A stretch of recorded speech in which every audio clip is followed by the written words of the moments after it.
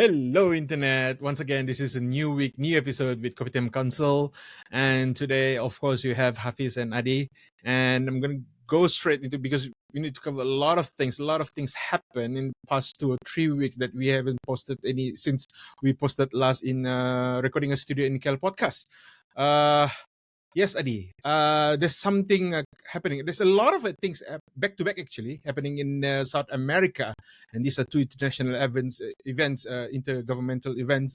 And what is going on there?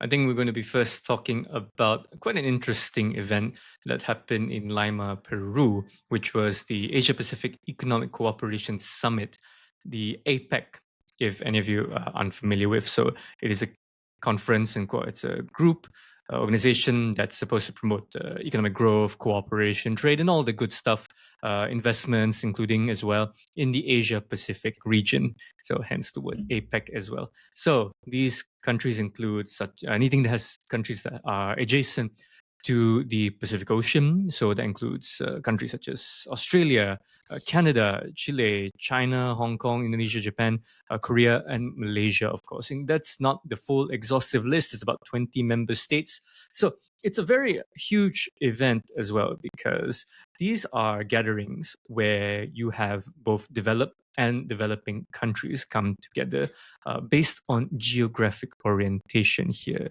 their involvement in the Pacific Ocean. They are adjacent to the Pacific Ocean and have interest in the Pacific Ocean as well. So it's a very interesting and unique apparatus and setup where countries, they usually come, when countries go to the talks, they would talk about things such as defense, security, and other stuff, which is a bit more existential. But this one, they'd come to talk about economic cooperation, economic prosperity, investment, and all kinds of avenues and prospects so that they can enhance trade relations with one another. And that seems to be the main selling point for APEC in this region. So it's, you could say that it could be just like any other APEC conference summit. However, I have two takeaways from this particular summit, because there are two distinct events and two distinct things to take away from this. One is that we have a new X factor arriving from the United States, fresh off the heels of its presidential election concluding just a few weeks ago. We covered this as well in our last episode. So I remember Hafiz asked me to do predictions, and I predicted Donald Trump. And I hope I win something, Hafiz, when I get back to KL in the next studio. Other than that, a lot of countries, even though it was still Joe Biden's turn, his final turn to be representing the USA in APEC, the looming shadow of Donald Trump seems to be lurking in the wings in the APEC summit. A lot of people were always, a lot of the analysis and a lot of the Channel News Asia, East Asia Today programs has focused a lot on, with APEC, what is the future for APEC with the new developments that is Donald Trump here. So that is one takeaway. I'll get back into it a bit later. And the second is more personal, because we're doing this as Malaysians, is the appearance of our Prime Minister, Dr. Sri Anwar Ibrahim, to talk a lot on his initials, AI, Anwar Ibrahim, artificial intelligence. He seems to have created this, it's becoming very, intertwined with one another. These things with Anwar Ibrahim and artificial intelligence. Synonymous, yeah. He's created this connotation of his name with this new development, interest in AI, which he talked extensively at APEC, which he was together with, I think, people from Amazon Web Services and other huge tech giant companies. So that's one thing pushing for, people would think that, they would come to talk about security issues, but this is more to do with pushing the frontier in terms of economic prosperity. And the focus has to be, for Dr. Sri Anwar Ibrahim's focus, that would be digitalization. He was touted at the forum about how Malaysia is becoming a success story when it comes to digitalizing in the entire population, which I think we have to admit has become quite a feat in itself, considering that most Malaysians have adopted digital technology from all across demographics, from age groups, from geographic location as well. So in a way, I think it was a resounding victory cry for our Prime Minister at APEC for this AI development. But I think we'll move to the whole Donald Trump thing later. Hafiz, what do you think from APEC? All right, I want to go touch by countries. I might want to touch first on China, Japan, and of course Malaysia. One very country. So the first one is of course China. You want to talk about China, but China also intertwined with US, which is Xi Jinping missed the first day Adi, of APEC. I think it because of it's a clash with the opening of the new Chinese sponsored port. It was open in just above in North Lima, Peru, and this port Adi is a significant. It's just a symbol. It's what they call a gateway to Asia. So if you can see that Mexico, it's the gateway to Asia in North America, and this is for the South America. So Peru, of course, one of the closest country with Chile and Ecuador in the Pacific. So it's, from China, it's just you can see a straight line if you can see that well far off. So if you draw a line on a map on an atlas, it's just directly through reaching Shanghai there. And this is a very important moment for not just Peru per se, but for China as well, so that they can offload all those electronics and EVs or whatever batteries to South America, because Adi, most of this raw ingredient, nickels and rare earth element, are taken from Bolivia and Peru. So they take this raw material, process it in China, make it a battery EV out of it, and then now ship it back to South America. So there's a symbiosis that China wants, of course, starting with Peru, of course, then go to the bigger market or largest market like Argentina and Brazil. That's why they're now right now in Brazil. But also Xi Jinping held a talk with the lame sitting duck president Joe Biden, and it was not just in the speech given by Xi Jinping, because he said everything has changed, whatever. It's sort of like the speech was addressed to Donald Trump, not him. Even though Biden physically was sitting in front of him just a few feet away.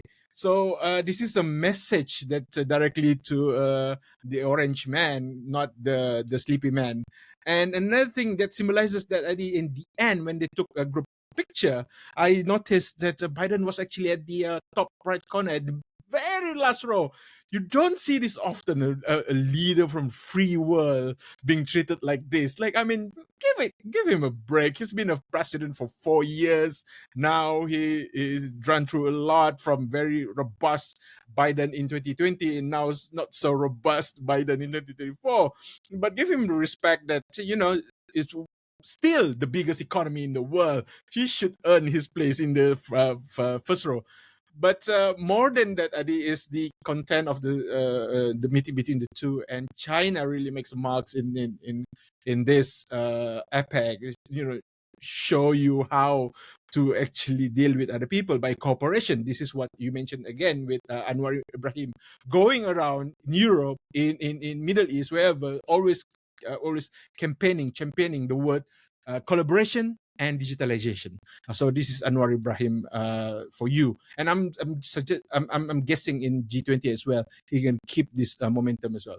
Talking a little bit about Japan here, the newly Prime Minister of Japan, Ichiba, if I'm not mistaken,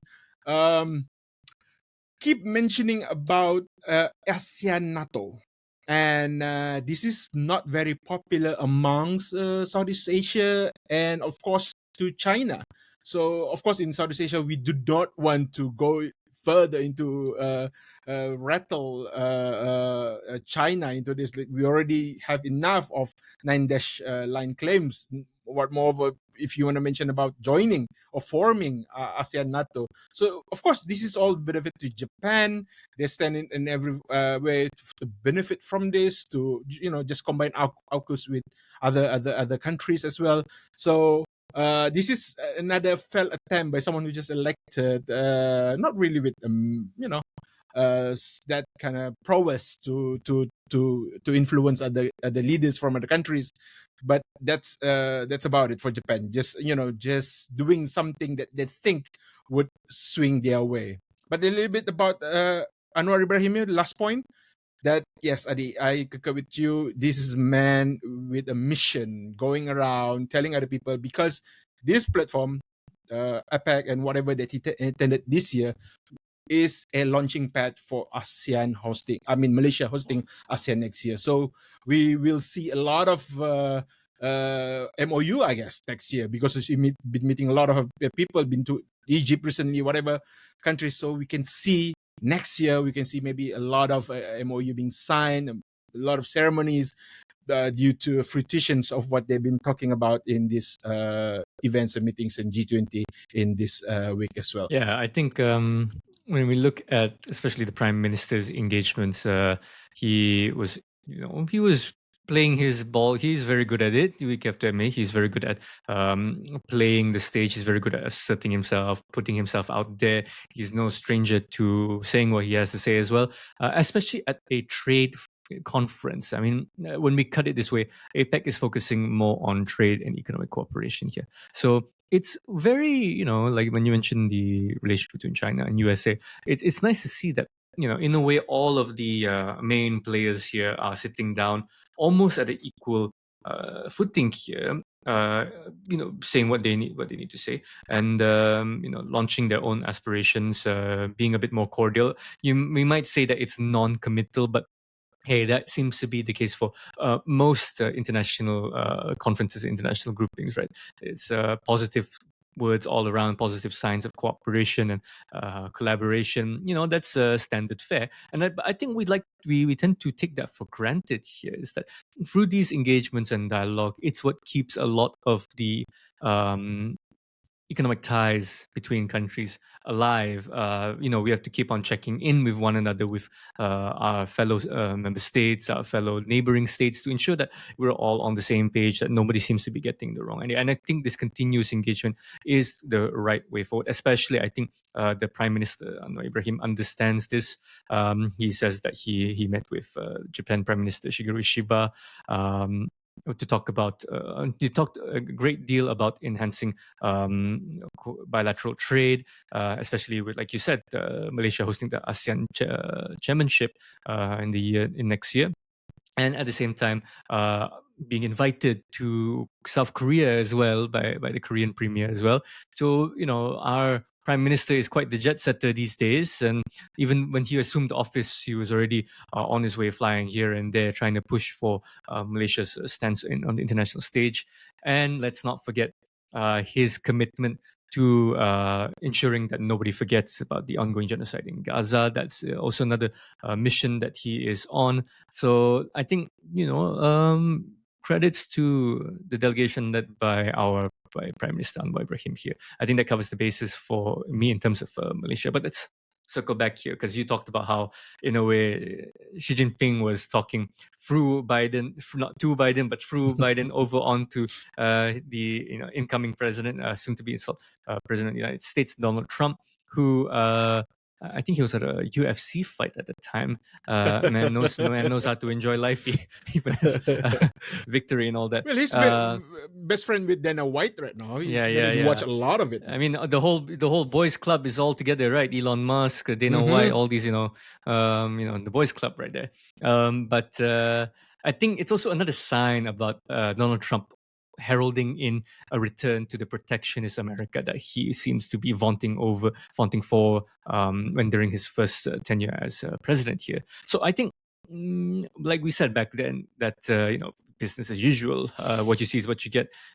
When we talk about Trump's policies here, I think everyone is steeled and engaged, ready to react once Donald Trump is in full gear to enact all his protectionist policies, to ensure that America comes first, and ensuring that America's primacy in whatever trade war is present at the time. I still contest the idea of the whole trade war. Regardless, that I think we most countries are ready for this new wave of protectionism from the US. But at the same time, as the US looks more inward, this allows the opportunity for other countries to look outwards. It allows other countries to project themselves. So in a way, the idea when it comes to trying to trying to counterbalance China, it also gives the opportunities for other economies to assume the position of leadership, especially in this region, the Asia Pacific region. You have Japan, you have South Korea, Indonesia as well, playing a huge role with its newly installed president. So this allows for more latitude that other countries are prepared for. Like now, countries know what to expect with the Donald Trump administration. Arguably, you can say it's going to be the same thing that the Biden administration did, which by extension is the same thing what the first Trump administration kind of did. So optics maybe in Trump, being a bit more, let's say, fair with this whole engagement, but we might see Trump going back to once he's in full gear. Even though he admits the protectionist policies, he might see the value still in engaging with countries as well, because it doesn't mean that he's going to completely shut down America for business from outside, like such as China. He's definitely going to be continuing his tour all over the world to ensure that America still remains the relevant power in the international community. So, but I think most countries that were in attendance at APEC know this. They know what to expect as well. Even with a lot of the new leaders, especially from Southeast Asia, they have seen the last Trump administration, so they know what to expect already this time around. And I think the presence or non-presence of Donald Trump in these kinds of things will be something that they'll be getting used to. That we're gonna have to play ball, regardless if the Orange Man is in the room or not. Another event I think also worth highlighting here that Anwar has been conferred a the award Son of Peru, so by the president Dina, and I don't know why he was gifted this, but I guess was I don't think any Southeast Asia or South Asia leaders was conferred this award before, so I don't know. Might want to Google on that and check on that. But I think it was a great honor for us because I don't think Malaysia have a very deep relationship, any diplomatic relationships with any of the South Americans country. But of course, these are an expression because of our geographic location. But of course, we always buy beef from Argentina and Brazil. All these palm oils and rubber. Stretch back in the 60s.